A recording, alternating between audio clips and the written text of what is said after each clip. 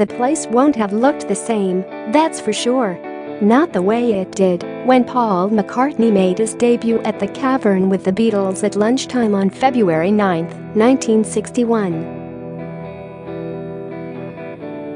It can't, because it isn't the same.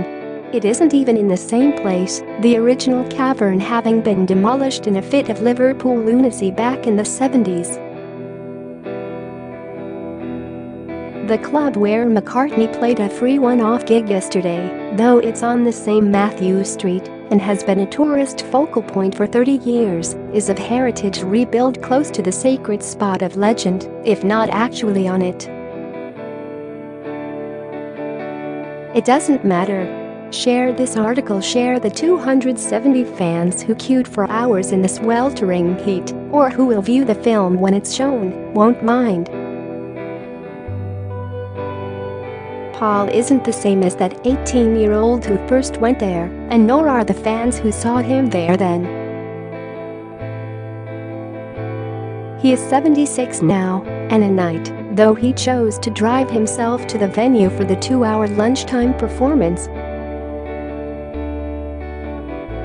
Playing the guitar and keyboard, he ran through Beatles songs such as Love Me Do, Obla Da, I Saw Her Standing There and Get Back, as well as tracks from his album Egypt Station, which will be released later this year. Opening the show, he said, "Liverpool. Cavern. Those are words that go together well."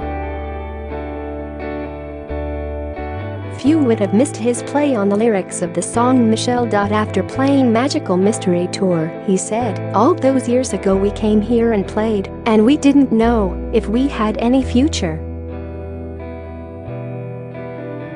Coming back here with all my guys and all my crew and stuff, it's pretty amazing." At one point he paused mid-song to ask the audience, who had been ordered to turn their phones off when they entered the club, to stop taking photos. "It's like putting me off, and I don't want to get put off," he told them. Inevitably, memories were evoked of his late bandmates. Here's to them. Let's hear it for John and George, and performing with them in the original Cavern. How many can remember how the Cavern was in those days, nearly 60 years ago? I don't mean the Cavern of legend, the fabled spring from which the river of the 60s spouted, bringing with it that tidal wave of colorful teenage fashion, youthful optimism, mini skirts, the pill, drugs and rock and roll. That wasn't the Cavern, a place that until then had been a jazz club. All that came later in the 60s, when it seemed that the world had gone into Technicolor. The Cavern that Paul McCartney first knew was a monochrome world, an event unfashionable city that owed more to the 50s than the 60s, just a doorway in a warehouse in a cobbled alleyway.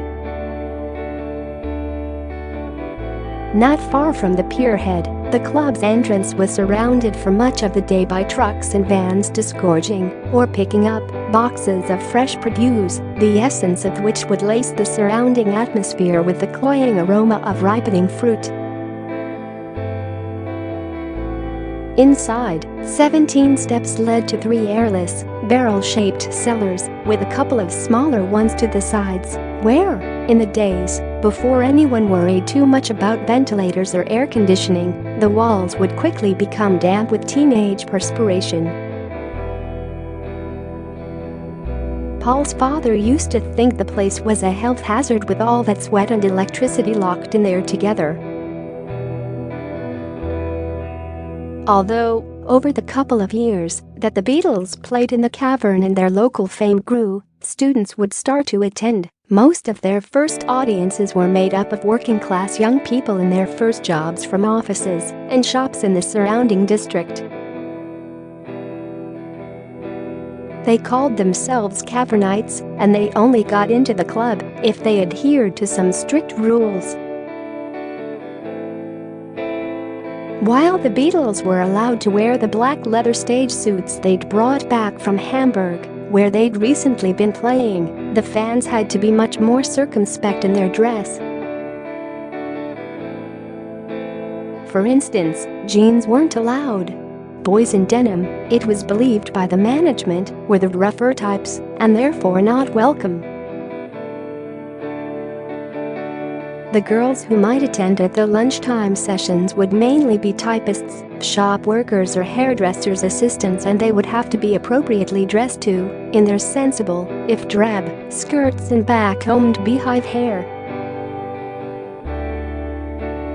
Sometimes a girl would have a scarf around her head to hide the curlers in her hair if she was going on a date that night. At other times, the scarf might be removed just as the Beatles came on the little stage, where the four would joke and tease, eating while they gooned about between songs, all the time keeping a conversation going with the fans who would shout out requests. Somehow, the Beatles had developed the gift of turning the audience into friends.